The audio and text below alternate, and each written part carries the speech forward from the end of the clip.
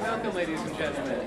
It is a pleasure to greet you at the beginning of another Making Connections event here at Opera America. My name is Marc Scorca. I'm president of Opera America, and it is a pleasure to see a number of our familiar guests and to see some newcomers to this series. So welcome all. On your places, you found a brochure for our upcoming annual conference that's taking place in Philadelphia from June 13th to June 16th. You also found a program for all of our current season activities. Opera America is dedicated to helping aspiring artists to develop essential career skills, whether they're composers, librettists, directors, designers, or singers. And this gives you a sampling of the kind of activity that we do and will have next year in your first ever National Opera Center. And we are currently under construction, and I promised on a dare that I would put on my hard hat just to illustrate to you here and to the world watching the streamed event that we are really under construction right now. You are currently on half a floor in this building. We've taken 2 complete floors, and just last week they removed all of the steel and cement between 2 floors so that we can construct this audition recital hall, recording studio, rehearsal room. There'll be a dozen vocal studios, a listening library, a really good opera library, all kinds of meeting spaces for co-production meetings and design presentations, so that the essential work of the opera industry can actually take place not in church basements and corners of hotel restaurants, but in fact will be happening in a space that is designed and built specifically for the opera voice and the opera industry. So the grand opening is on September 28th of 2012. We are under construction, and when you're on a tour, you can wear a hard hat as well. It just may not have the Opera America logo. So I'm going to put this here. It is a great pleasure to welcome one of the great artists of our field, someone I've known for a long time. We'll chat about that in a second. A good friend to many of us in the room, Stephen Wadsworth.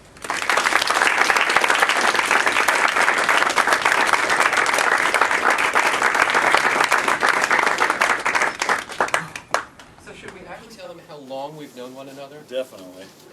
It is amazing. And where we met. And where we met. 35 years that we've known one another. And where was it? The Metropolitan Opera Guild. My first job out of college was being an editor at Opera News.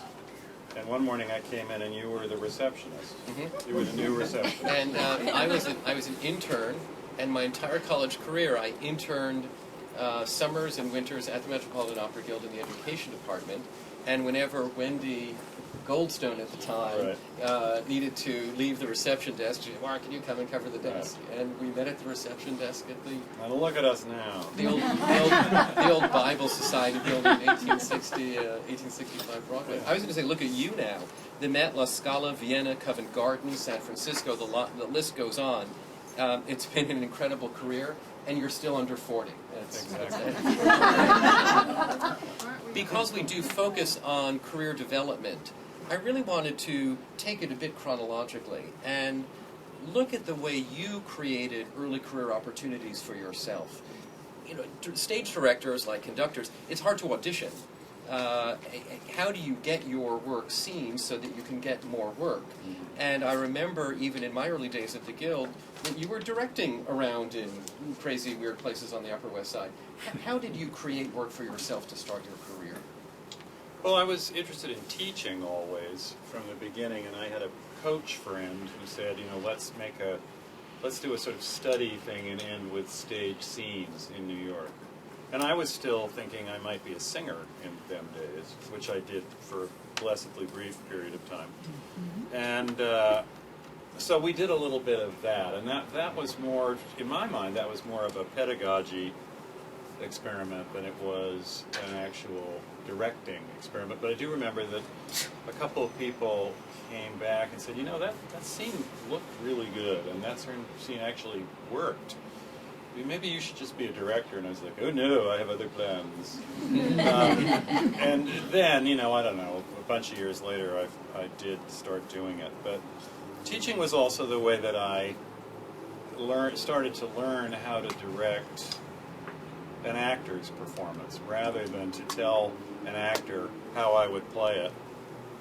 I felt I needed to spend time with singers in some sort of workshop, classroom situation. So I called up a bunch of friends and I said, who were singers, and I said, come over and let's meet every Wednesday night from 7 to 11 in the old Guild Studios at the Ansonia, which are now blessedly gone, and so we did. And then I used to charge $5 for an audit for the 4-hour class. And it grew, this whole thing. I always only had about 7 or 8 people in the group, but we got more and more auditors over time. And I remember one night we had 100 auditors, and I thought, gee, maybe I could earn some money doing this teaching thing. This could be good. And because it was a place, I think, where people who wanted to have a conversation about what acting was and how it might work in opera could come and talk about it. I mean, it wasn't, believe me, that I was being a very great teacher. I learned over, this is 32 years ago that I started. So, I mean, but it was a place where we could really work things out and talk things out. And it was fantastic. And I did learn a lot about how to direct with those people, talking to each person and sort of, I also learned how to teach, of course, specifically, how to sort of parse what each person brought to the table, what they didn't bring to the table, and how to reach different kinds of brains. That which is a huge part of the art of pedagogy, quite aside from directing someone, but is also, of course, it's a good skill set for someone who is, trying to reach people and maybe guide them in one direction or another, or maybe a direction they don't particularly want to go in. So really, starting out by working with friends, people you knew, singers who you either studied with or just knew in New York, and you began to learn together and discover together, and suddenly there was an audience called auditors, and before long you were a teacher and a stage director. Yeah. I mean, Larry Stayer, no longer with us, was in charge of what was then beginning to turn into the Lindemann program at the Met. There were people that Jim Levine was interested in, young singers, but there was no formal program. But Larry said, why don't you come and teach some classes? We think this might be a program, we're not sure, and so I started. That was, I don't know, probably 82, and I think the program actually happened in sort of 83 or 84, and then it didn't become the Lindemann program. The Lindemann name didn't land on it until quite a bit later. But and then you got to Skylight in Milwaukee. How did you make it from the Ansonia to the Skylight? Well, one of the people in that original class was Peter Cazares, who I'm sure a lot of you know of or know. We've had a wonderful career as a tenor and now as a teacher and a stage director. And he got a job singing Nero in Popea in this little, renovated tire recapping garage, seating 249 people in Milwaukee, of all places. And it was run by a guy called Colin Cabot, who had gone to college with us. I hadn't really. Oh yes, excuse me. I had known him. Oops, forgot that. Yes, I had known him. But not very well, and he was the sort of general director, and so he said, well, who should direct this? And Peter said, oh, well, Stephen should, and I felt like I was ready to give it a try. So that was the first show I did. Now, and it really worked. It was a great group of singers and actors, too, and it was wonderful. It was a wonderful little show, and, of course, by that time, having worked at Opera News, and I just knew everybody in the business by that time, and I was, however old I was, I guess I was in my late 20s. And so I just said, oh, you should come out and see the show, or, this happened, and there was a great review in Musical America, and guy in the Milwaukee paper just thought I hung the moon. So, you know, I just sent out the review and everybody saw it, and at which point everybody assumed that I was a really terrific opera director, which, you know, may or may not have been true. And the next thing I knew, Columbia, I got some offers from around the shop, and one of the agents at Columbia Artists called me up and said, I want to take you on. I'd done, you know, 2 shows in my life, and both of them were in this tire recapping garage. It was like, which even if she had seen it, which she'd not seen either of them, you know, would hardly have been. But I think the reason that she was interested in me is because she wanted to give the jobs that I turned down to her other clients. I'm quite sure that was why. And I'm not being cynical. Sadly. Yeah. Isn't that? I don't know if that would happen today if you get a manager calling you after only 2 productions. That's fantastic. It was wild. Anyway, it happened. Creatively, how do you decide you want to direct a work? You're offered something, you've never done the opera before. How do you decide whether or not you can bring something to it or it to you in order to devote the time it takes to do a work? Well, I think that's changed over the years. I mean, early on, I would sometimes get an offer to do X opera. With the Skylight, I had this advantage of being able to make a new production. Mind you, the budget was about 40 cents. But we built it in the building, and we took it downstairs and put it on the stage. So you could conceive things and really go through that whole process in that setting. So in those days, we could say, hey, let's do the Monteverdi cycle. I mean, we did, I don't know, 25 years ago, we did all 3 Monteverdi operas in a production that I did where all of them were related scenically. They took place in they were approached differently in terms of when they were set. But the cast rotated through all 3, and you could see all 3 operas in 2 days. You know, so we chose repertoire that, according to a kind of, we do a musical theater piece, we do a new opera, we did a whole series of sort of chamber versions of 20th century pieces like Transformations and Postcard from Morocco and the Britain pieces and the little chamber operas. So sometimes I would say, you know, what in this package that we've dreamt up seems most appealing to me, or what really attracts me. And generally speaking, we were programming pieces that we had respect for, and, you know, were in a producerial sense interested. I say we, it was Francesca Zambello was my colleague. We were co-artistic directors, essentially pro bono for the first 3 years. But we had this opportunity to learn about producing, and also to do work early on that we were conceiving. Cheska came up really as Nat Merrill and Cornell's assistant. So a very, you know, I think the most probably, and there are lots of directors in this room who could say this is right or wrong, but most, I think, young directors these days in the States or in North America tend to come up as assistants, and in various ways to break that mold, either to go out on their own or to work in administration, in producing, and also continue to direct or whatever it is. I didn't do that. I never assisted anybody. I'm not sure, it didn't particularly interest me, and I think I've always been a self-motivator, so I didn't go that route. And, you know, kids will come, I mean, kids, I feel like I'm them, but I'm not. I'm older than kids.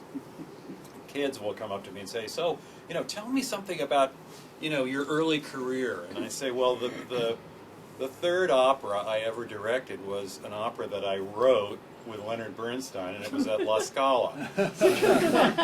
So I'm not, you know, it's not kind of an easy thing for you to pattern yourself on. I had a funny thing where I worked in a combination for quite a long time of, you know, silly rot-gut Skylight for nothing, and then kind of bigger theaters that I worked very early on in Seattle, and I did a Don Giovanni in Omaha. Those were among my first jobs, and I mean, Scala.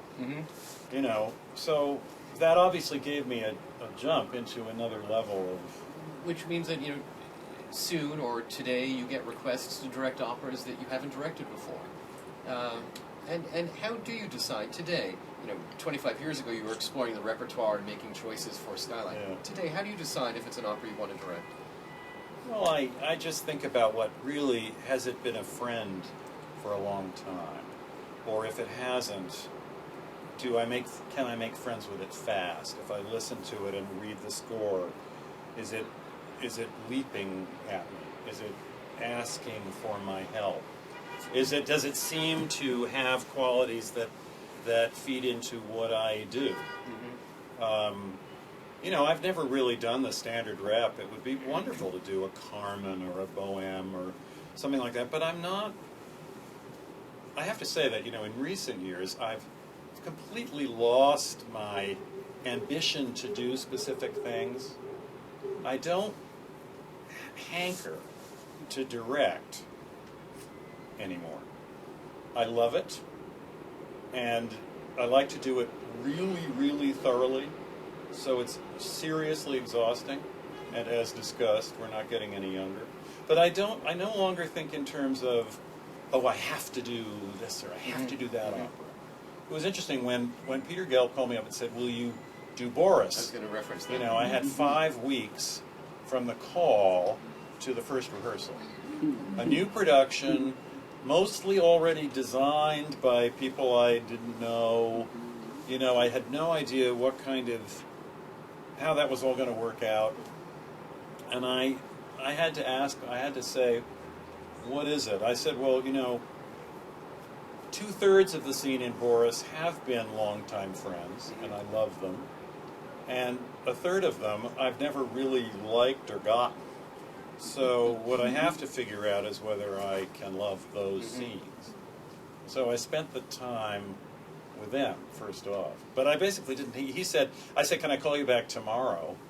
You know, and he said no. He said no. You know, his thin-lipped way. He said no. You have to fly to Europe tomorrow. So I said, can I call you back in an hour? And he said, half an hour. Poor guy was freaking out. You know, crazy Peter Stein had just flown the coop. How about doing a work a second time? And I don't mean remounting it, but when you do a completely new production of work you did maybe 10 or 15 years ago, a work that is a friend of yours, you give it the best production you can, and then you're asked to do it again. Is that an opportunity to completely rediscover it, or do you wind up finding a way into a work and that's the way it stays for you? I think it probably is different. I mean, a lot of the work that I've done in the last 15 or 20 years has been, I've done multiple times. You know, productions that have moved around, or things that I've gone, like for example in Seattle, I've gone back 19 years after I did Dutchman. I went back and did the same production. So in that case, I sort of had to make my peace with the fact that it was a production which posited the work in a quite specific way, and there wasn't a lot of revisiting to do. I was a little nervous about that, but I looked at the books, the production book, and I thought, no, I believe this. I think this is good. I like what I did, and I'm happy to stay with that. And of course I have new actors, and that's going to make all the difference in the world. I mean, that's the essential thing. There really isn't any repeating in that sense. I did Xerxes, I don't know, 10 times. And, you know, we had Von Stade, and we had Lorraine Hunt, and we had Kim Barber, and we had a few other mezzos who did it. And the other cast people changed some of the time too. And it was always, I mean, let me tell you, doing Xerxes with Flicka, Von Stade, and Lorraine Hunt Lieberson could not be more different. I mean, it was the entire show. The complexion of the show is completely different in really, profoundly so, even though the letter, the staging, and the little things was, you know, probably 90% the same as it had always been. So I think it really depends. I'm going back to Giovanni right now. I'm going to do it at Juilliard. A new production. A new production. Well, yeah.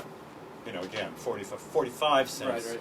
But yeah, it's a new production, so we're making a production, and the last time I did it was 1984.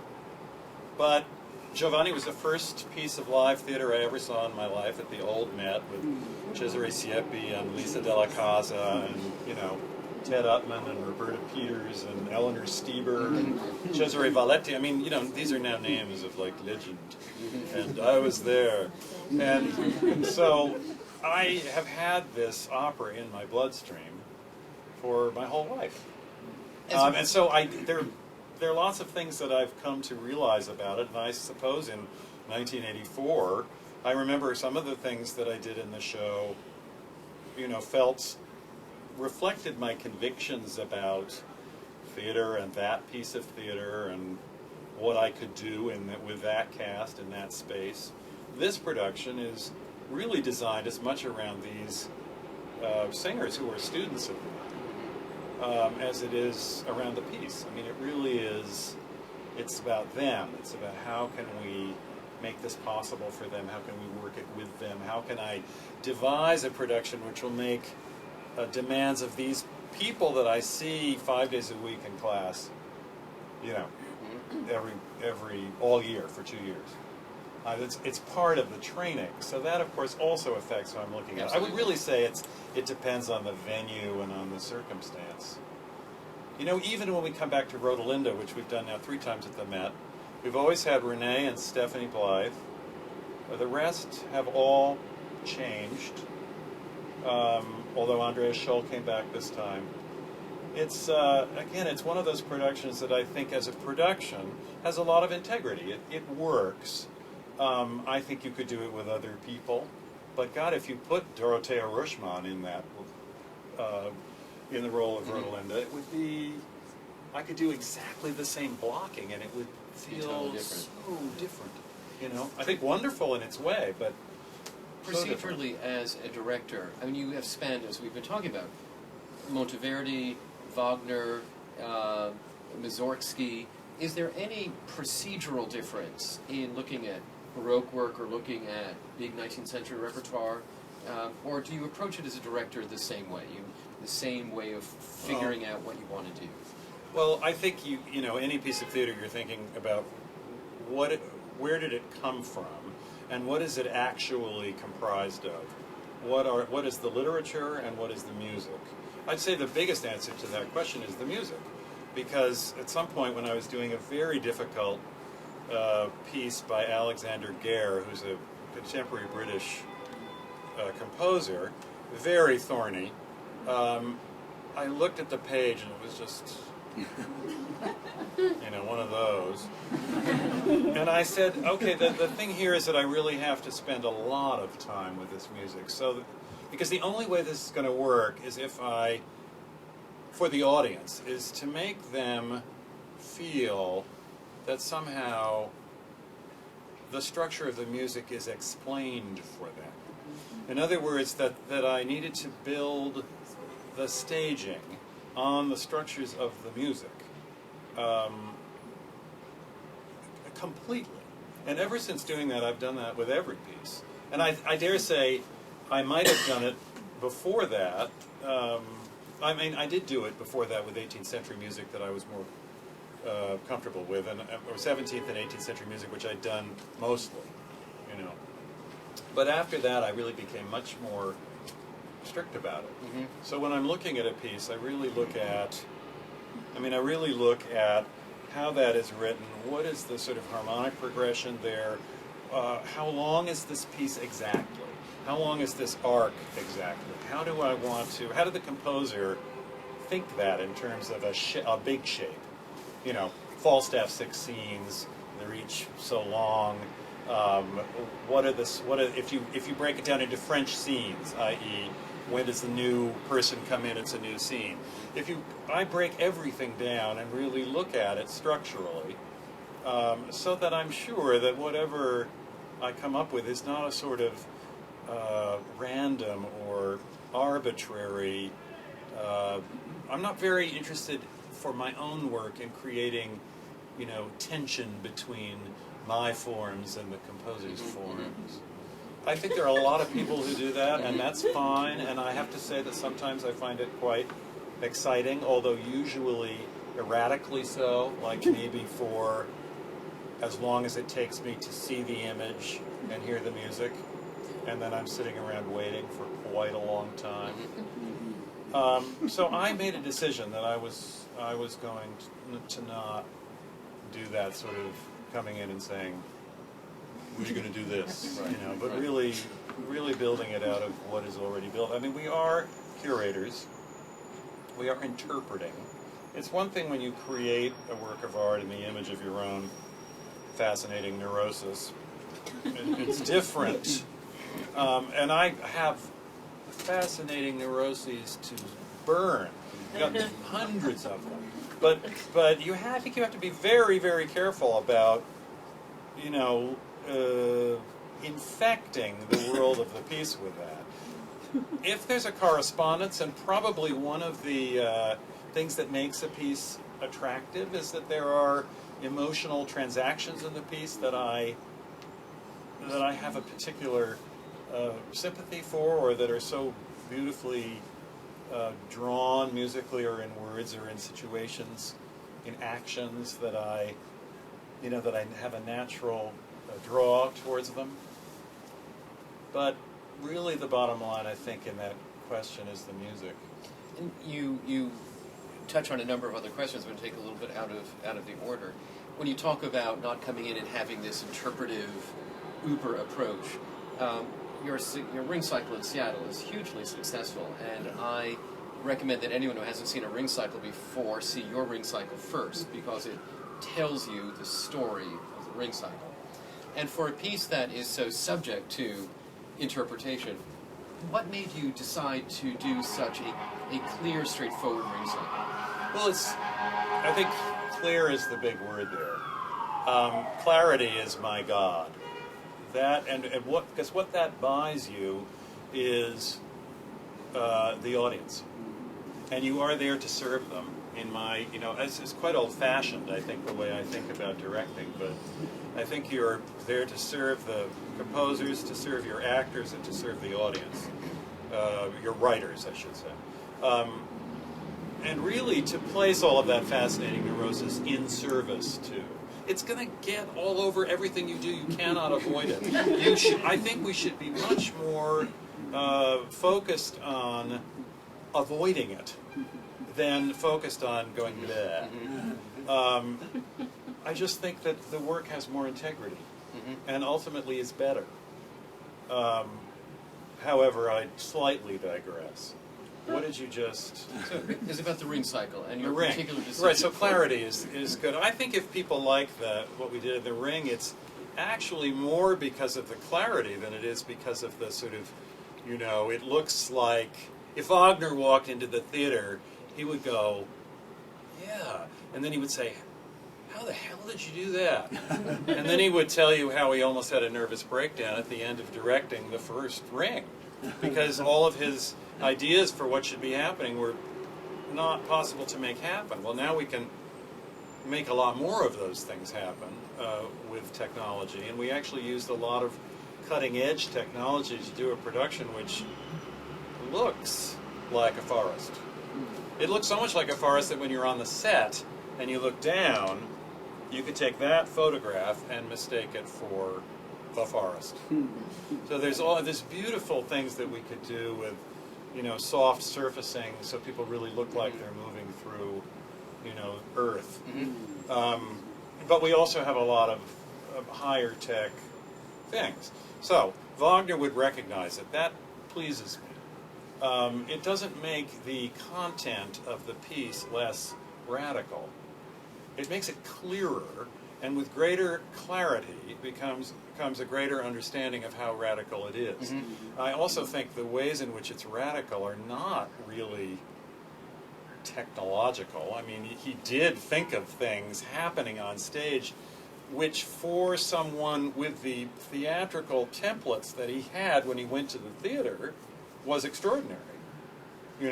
And he said, macht neues, Kinder, go out, kids, and do new stuff. So he was interested in breaking the bounds, But really what The Ring is extraordinary for is, aside from a musical, I mean, it's so crazy genius from a musical point of view. It's beyond the beyond. We don't need to rehearse that. But the understanding of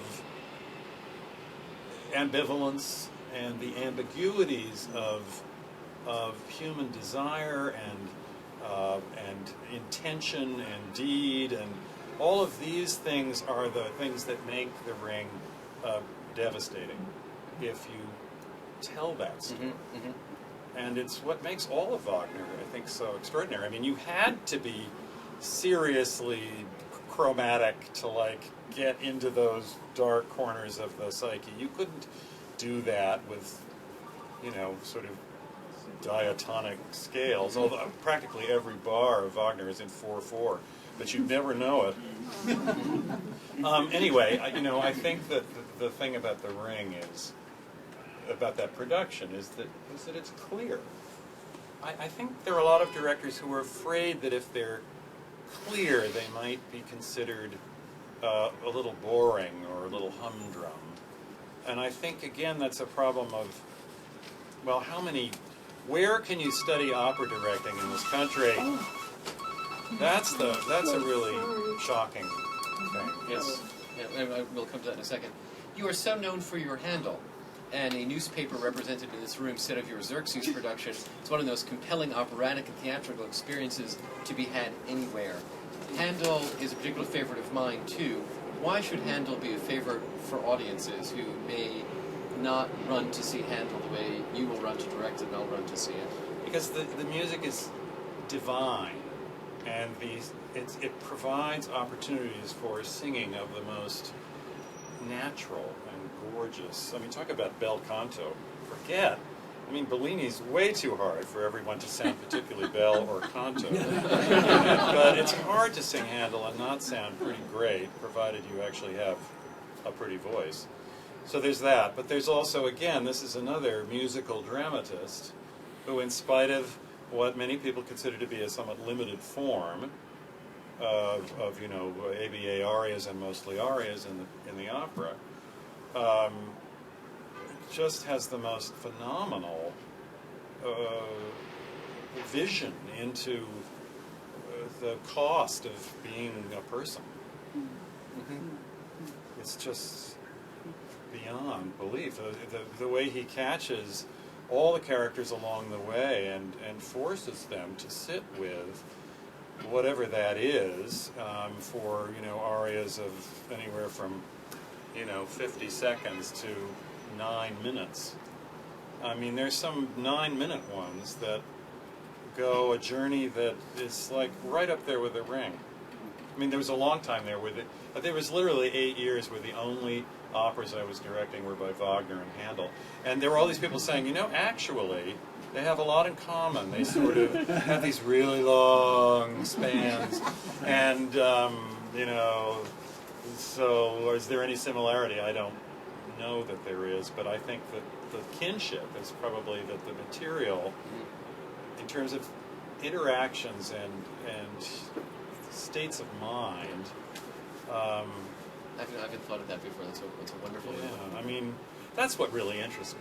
I mean, you asked before, what draws me to a piece? It's that. It's who tells the most perceptive, richest, most uncompromising stories in music? Who faces the music? Who faces the emotion? Who explores it? Who explores the hard stuff? You could say that anybody did, and we all might have a different idea of who that is. But and there are many composers that I absolutely love, and operas that I would gladly have done. But life is short, and there's a lot to do, and I don't just direct operas. So I've had a quite limited list of things that I've ended up doing. I mean, there is an extent to which your career happens to you. For all that you have these plans at the beginning that you're gonna happen to it, you're gonna make it do this, that, and the other thing, And to, you know, when I was in my 30s and I was just starting out, I was, I went over to Europe and I met with all those people and I made my opinions known and I felt I should be working in this place and that place. That lasted really a very short time. What about new work? You talk about framing your direction around the structure of the music, but you're approaching works you haven't heard before that don't have any music. How do you know you want to be friends with that piece? Well, it's because you want to be friends with the people who write it. And or you find that you actually are, when you meet them, already friends. All the new pieces that I've done, I've worked on from quite an early stage as sort of dramaturg person. So, with Darren Hagen, I did 2 pieces with Peter Lieberson. I did a piece with, and now with Jimmy Lopez and Nilo Cruz. We're working on this project called Bel Canto from the novel by Ann Patchett for Lyric Opera of Chicago. So that's what it is, and by the time I make the production, but it will all be based on what the music is, and I'll know it. I'll know it second best. Provided you're not getting the ink wet out of the. Well, I think now when Spade Jenkins in Seattle wanted to do a new piece, having never generated one in his tenure, I sat with him for a long time and I said, "Here's a list of things not to do." And he's very impulsive, and he likes to get things going. So I said, no, you can't.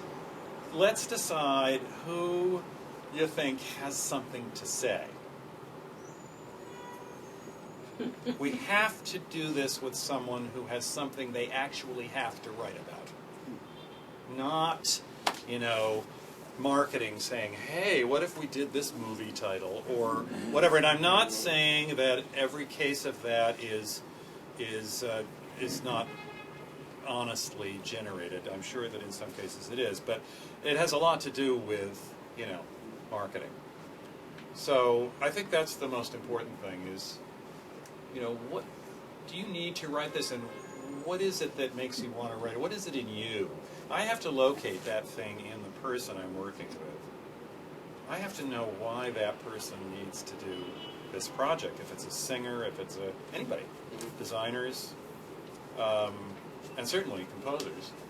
So I had a really good feeling about this guy. I had only listened to a little bit of his music, had never heard any of it live, and I brought Nilo Cruz, the playwright, to the table as the librettist.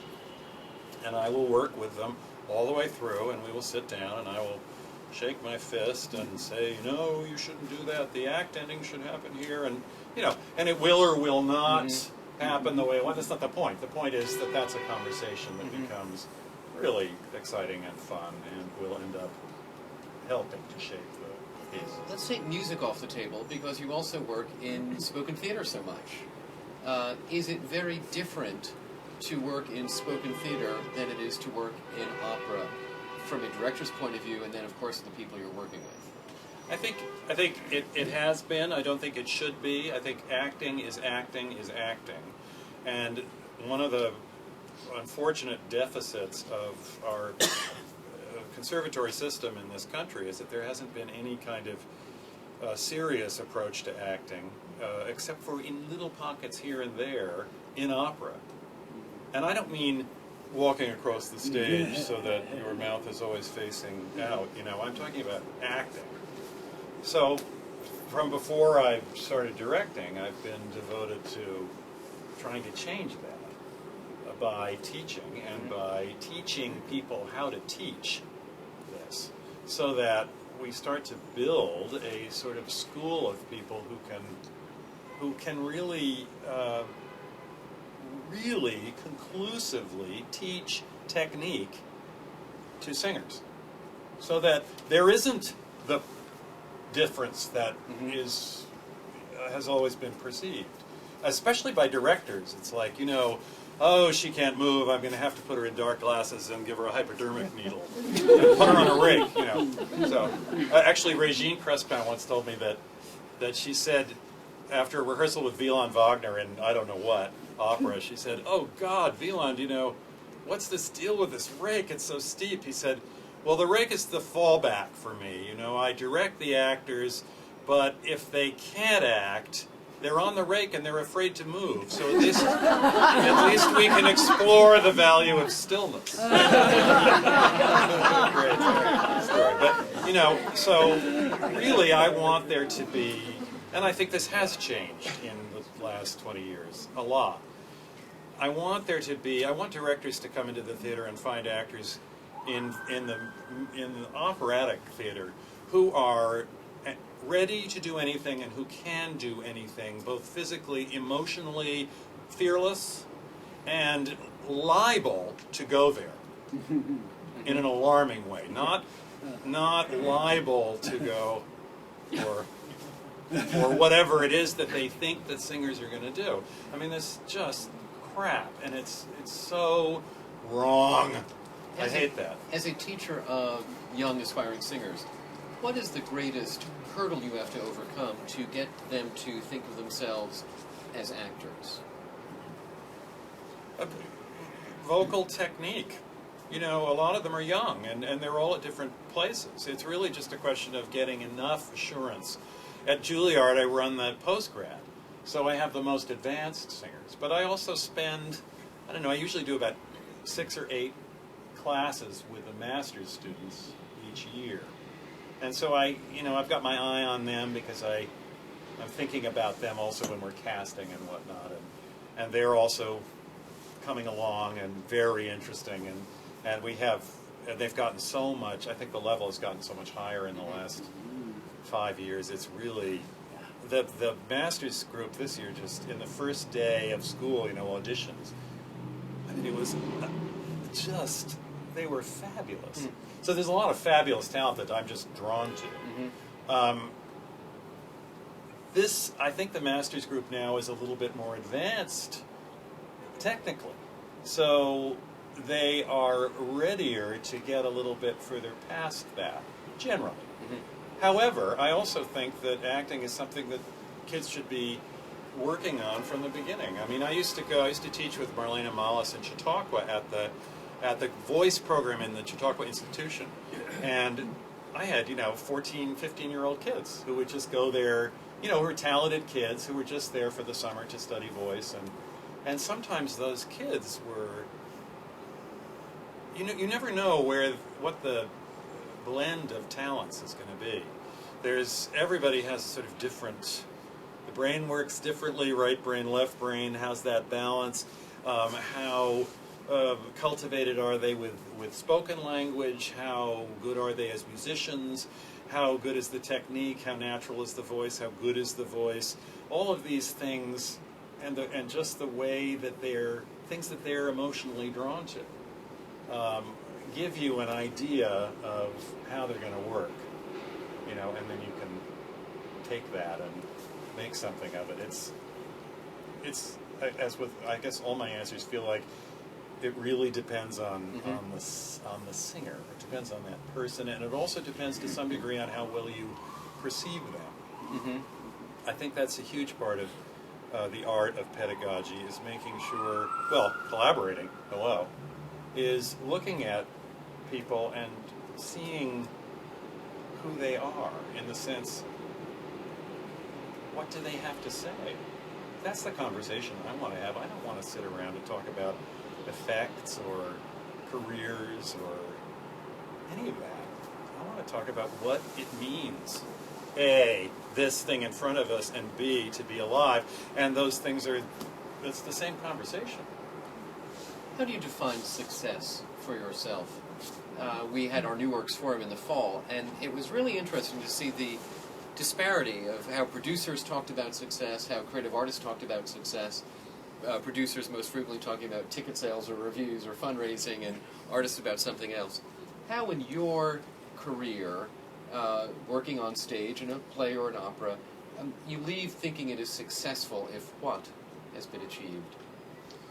I think if we've arrived at the, finish line, there isn't really a finish line. If you keep your wits about you, you can keep it a process even through a run. But that what you end up having done arrives with integrity on the stage. there isn't, that you don't let the desire for effects or the producer's, unreasonable expectations of this or that, or, I mean, there's so many things that you're working with, and you need to keep with what you believe is right, because I feel like if I do that, then it will be a success, and it will work. If I tell the story clearly and with a lot of detail, both in the physical world of it and in the emotional world of it, and I'm really serving the piece. I mean, that's a big conversation too. What does that mean? Blah, blah, blah. I think it probably can mean a lot of things. But for me, it means, putting myself in service to something. And letting all the things the abilities that I have, or skills or talents, or I don't know, whatever Stephen is, let that piece get all of it. And keep that purity through to the end. And I guess that would be success. I'm not really too concerned about, well, it's worked really well. It's worked really well. People, usually people like clarity in the theater, and they like beauty, and they like complexity, and they like the human heart, So it's worked pretty well. There have been some experiences that have just tanked in the most horrific way. It makes me feel like terrible. I hate it, and you get depressed and blah, blah, blah. But, that all passes. I think it's really making sure that in your conversation, your central conversation that you have in your life, as well as your work, is about the meaning of things. Not anything but that. We have time for a couple of questions before we then break for a very casual reception here. Any questions for Stephen? Yes, in the back of the room. First to raise her hand. A question I have, when you took the job of voice and you had like a half an hour to decide, was one of the intriguing things about it was also sort of this Mission Impossible aspect that you had to get in and get out and Kind of like quickly, the Spider-Man of opera. Yeah. Well, actually, it was exactly a month after my daughter was born, first child I've had, and my wife also got a call the same day to do a big job. So the baby arrived with, work papers. And after I hung up the phone with Peter, Frankie had already gotten her call a little earlier in the day. And we looked at each other sort of, huh. And actually my inclination was, this is just a nightmare scenario.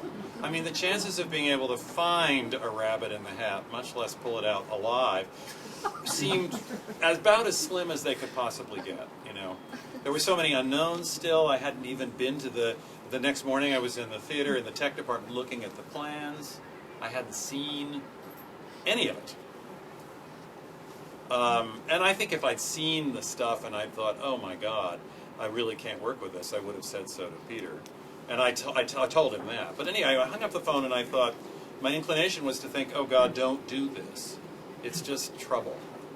It's more trouble than anyone could want. But I just had this baby, and I was like, ooh, what's the worst that could happen? I don't have a directing career anymore. I mean, I've done that for a really long time, and it's really exhausting. And, gee, then I just have to teach. Would that be awful? No, it would be wonderful. So I thought, really, there's no failure here. It's just about the piece and the excitement of doing it. I also, like Marc, there's so many people that we worked with at the Opera Guild who are now in big positions at the Met, and the day that it was announced in the House that I did that, I got emails from 40 people in every department of the Met saying, we are so there for you, we will bring you lunch, we will do anything. I mean, it was really fantastic. So I know the House really well. And I felt really comfortable about that. Wasn't a problem. I really was drawn to the idea of working with the chorus. I loved working with those women in Iphigenie, and I hadn't had a chance. I just had a teeny scene with the gents, so I didn't know that. But here's, a chance to really do some intensive, crazy virtuoso stuff with them, and so that was a big draw. And the piece is, hauntingly, it had a grip on me, and I discovered in that half hour that it had a strong grip on me, and that the parts of it that I knew and liked, had a grip on me for quite a while.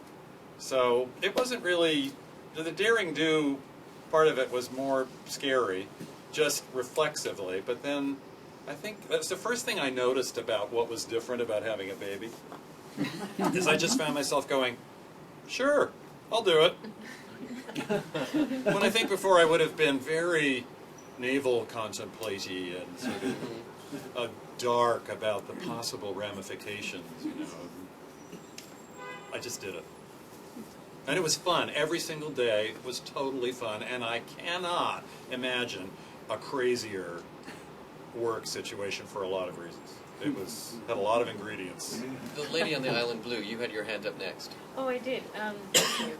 I was wondering, sometimes from a singer's perspective, I know I'm very text-driven and very character-driven, and I go in with a lot of ideas, and then sometimes if the stage director has a completely different idea, there can be a clash, and it can make for a lot of uncomfortableness that eventually sort of works its way out.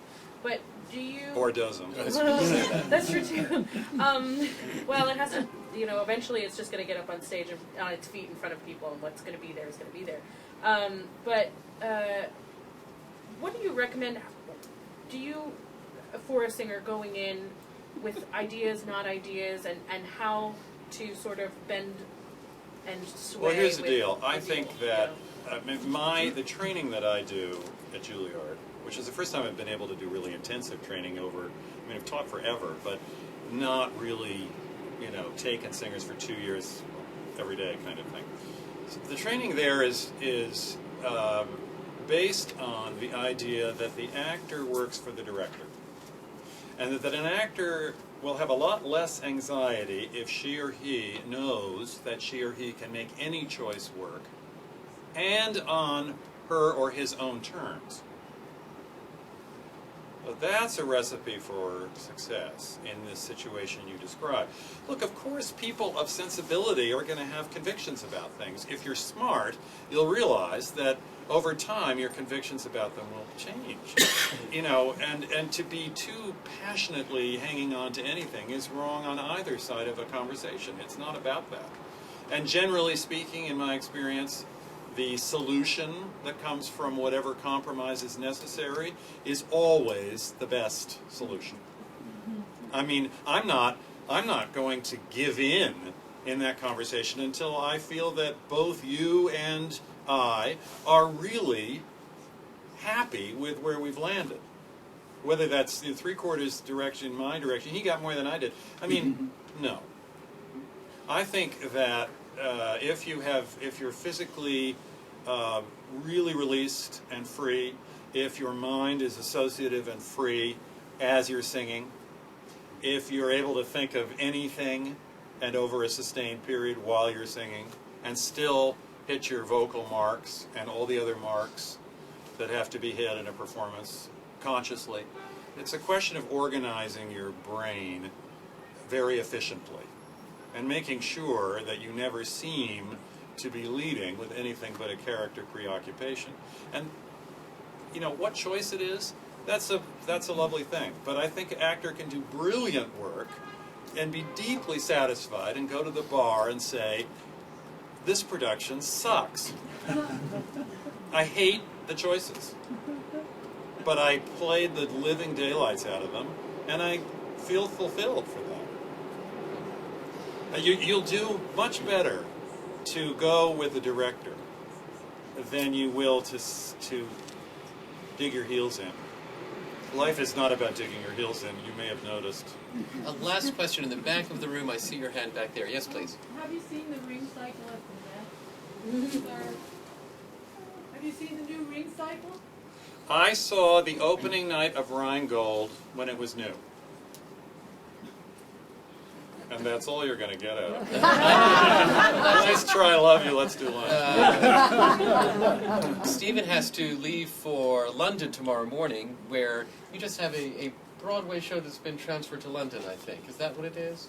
So I promised him that we wouldn't keep him too long. You have been so generous with your insight, your wit, your beautiful articulation of your ideas.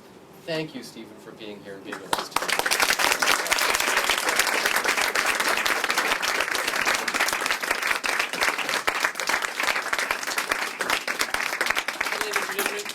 We're going to have, as I say, a casual reception. There'll be some wine, some cookies, some pretzels and nuts. We're to